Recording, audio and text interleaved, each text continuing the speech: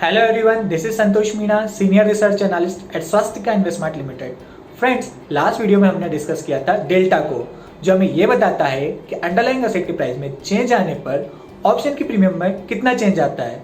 और लास्ट में हमने एक बात की थी कि डेल्टा की वैल्यू स्टडी नहीं होती है, इसमें भी चेंजेस आते हैं और डेल्टा में आने वाले चेंजेस को हमें बताता है गामा। तो आज के इस वीडियो में हम जानेंगे कि आखिर गामा क्या होता है और इसके क्या इम्प्लीकेशंस होते हैं। आइए सबसे पहले जानते हैं कि आखिर गामा हमें क्या बताता है। अंडरलाइंग असेट मीन्स स्पॉट और कैश के प्राइस में चेंज आने पर डेल्टा में कितना चेंज आएगा वो हमें गामा बताता है। इसको हम एग्जांपल से समझते हैं। सबसे पहले हम कॉल ऑप्शन का एग्जांपल लेंगे। मान लो निफ्टी स्पॉट में अभी 10,900 चल रहा है, उसके 11,000 के कॉल ऑप्शन की प्रीमियम 120 है और इस कॉल ऑप्शन का डेल्टा 0.42 है। मीन्स अगर निफ्टी में 1 पॉइंट का मूवमेंट आएगा तो कॉल ऑप्शन में 0.42 का मूवमेंट आएगा, या निफ्टी में 100 पॉइंट का मूवमेंट आएगा तो इस कॉल ऑप्शन में 42 पॉइंट का मूवमेंट आएगा। इसका गामा 0.001 है। मीन्स निफ्टी में अगर 1 पॉइंट का मूवमेंट आएगा तो इसके डेल्टा में 0.001 पॉइंट का मूवमेंट आएगा, और निफ्टी में 100 पॉइंट का मूवमेंट आएगा तो इसके डेल्टा में 0.1 का मूवमेंट आएगा। मान लो निफ्टी अगर 10,900 से 11,000 हो जाता है, मीन्स निफ्टी में 100 पॉइंट का चेंज ऊपर की साइड आता है, तो जो 11,000 का कॉल ऑप्शन होगा वो कितना बढ़ेगा, 100 इंटू 0.42 मीन्स 42 पॉइंट की प्रीमियम बढ़ जाएगी कॉल ऑप्शन की। डेल्टा में कितना चेंज आएगा, गामा क्या था 0.001 इंटू 100 मीन्स 0.1 का चेंज आएगा डेल्टा में। तो जो नया डेल्टा होगा 0.42 plus 0.1 is equal to 0.52। Means पहले निफ्टी 1 पॉइंट बढ़ने पे उसका कॉल ऑप्शन की प्रीमियम 0.42 बढ़ रही थी, लेकिन अब 1 पॉइंट निफ्टी बढ़ता है तो उसकी कॉल ऑप्शन की प्रीमियम 0.52 बढ़ती है, क्योंकि डेल्टा में चेंज आ गया है।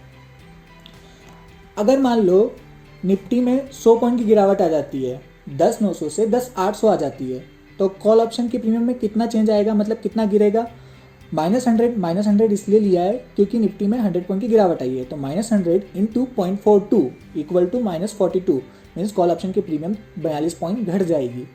और डेल्टा में कितना चेंज आएगा, 0.001 इंटू -100 मीन्स -0.1। तो जो नया डेल्टा होगा वो होगा 0.42 plus -0.1 is equal to 0.32।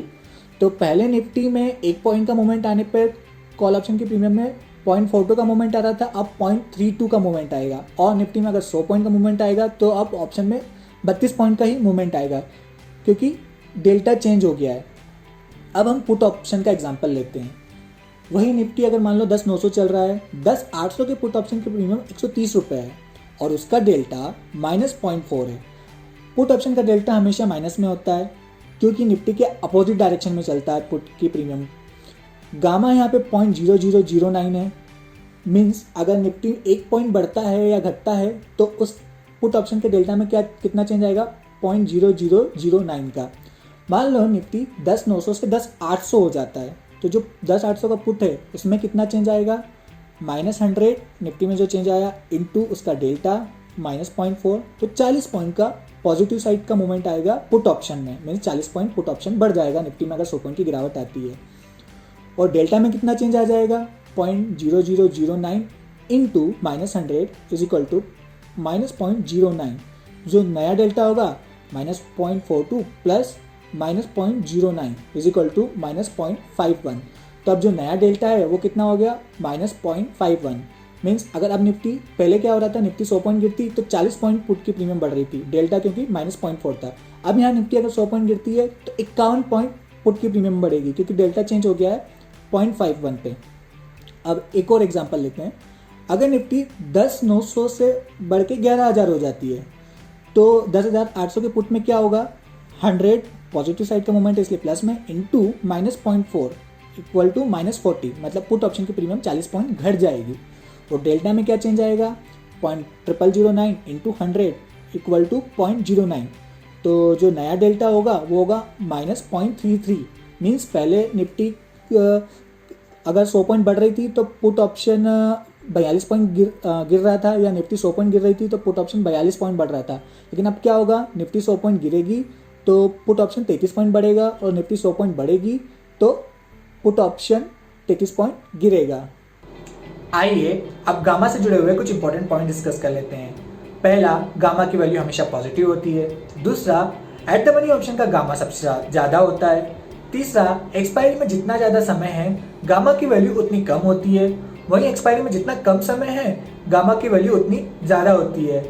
Option writer को हमेशा गामा रिस्क का चैलेंज फेस करना पड़ता है, स्पेशली एक्सपायरी के आसपास। आपने देखा होगा कि एक्सपायरी वाले दिन कभी कभी बैंक निफ्टी का ऑप्शन 1 रुपये वाला कभी कभी 100 रुपये हो जाता है, तो ये सबसे बड़ा चैलेंज होता है ऑप्शन राइटर के लिए। वहीं हेजर के लिए भी चैलेंज होता है, क्योंकि इनिशियली वो डेल्टा के अकॉर्डिंग अपनी पोजीशन को हेज करते हैं, बट गामा की वजह से डेल्टा में चेंज आ जाता है तो उनकी पोजीशन परफेक्टली हेज नहीं होती है। तो जो हेजर्स होते हैं उनको गामा की मदद से डेल्टा में जो चेंज आ रहा है उसके अकॉर्डिंग अपनी हेज क्वांटिटी को कम ज़्यादा करना जरूरी होता है। आई होप आपको ये वीडियो पसंद आया होगा। इस वीडियो को लाइक कीजिए, शेयर कीजिए और हमारे चैनल को सब्सक्राइब कीजिए। बेल नोटिफिकेशन आइकॉन पर क्लिक कीजिए ताकि टाइमली आपको अपडेट्स मिलती रहे। At last, thank you for watching our videos.